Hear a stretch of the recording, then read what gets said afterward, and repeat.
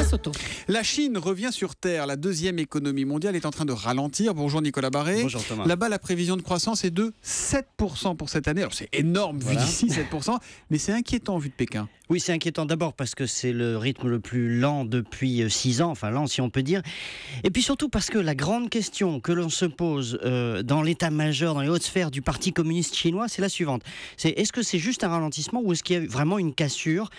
Pourquoi ? Parce que le régime a promis un rythme de 7%. Il a promis, et s'il ne tient pas sa promesse, eh bien c'est une partie de sa légitimité qui s'effondre, puisque la légitimité du régime tient justement dans sa capacité à assurer la prospérité économique. Donc voilà pourquoi en Chine, toute cette question autour de la croissance est aussi importante. C'est la légitimité du Parti communiste qui se joue derrière ça. La légitimité donc du régime aussi, qui a Exactement. absolument besoin de la relancer cette croissance. Alors c'est ce qu'il a fait depuis 2008, assez massivement, avec de grands plans de relance, mais ça fait exploser l'endettement chinois. On est passé de 150% du PIB à 250%. 250% du PIB. En France, c'est combien, juste pour rappeler ? En France, c'est presque 100%. Presque 100%. 98%. Voilà. 250% en Chine. Voilà, donc ils ont rajouté en gros une année de production de richesse nationale sous forme de dette. Alors ça, on le fait une année, on le fait une fois, mais on le fait pas deux fois.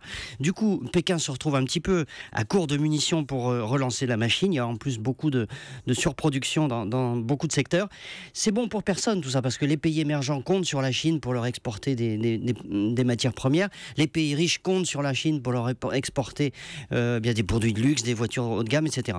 Donc le régime est parfaitement conscient de tout ça, j'imagine, Nicolas. Il est conscient, il a engagé des réformes très importantes, des réformes du secteur financier. Par exemple, les banques font beaucoup moins de prêts pour des raisons politiques et beaucoup plus en tenant compte vraiment de l'intérêt économique. Les règles pour aller travailler ailleurs que dans sa région d'origine ont été assouplies en Chine, ce qui fait qu'il y a davantage de mouvements sur le marché du travail. Le contrôle des comptes des collectivités locales a été durci, parce que là aussi c'était une source de dérapage. Je pourrais citer beaucoup d'autres réformes comme ça, mais pour mener à bien ces réformes, évidemment, sur fond de croissance ralentie, c'est beaucoup plus difficile. On le voit d'ailleurs bien chez nous, on a du mal avec 65 millions d'habitants, vous imaginez avec 1,3 milliard, c'est très difficile à piloter. On n'a pas de leçon à donner à la Chine, mais en tout cas, ce ralentissement inquiète beaucoup. L'édito éco de Nicolas Barré, directeur de la rédaction des Échos, c'est tous les matins à 8h10 sur Europe 1. À demain Nicolas. À demain.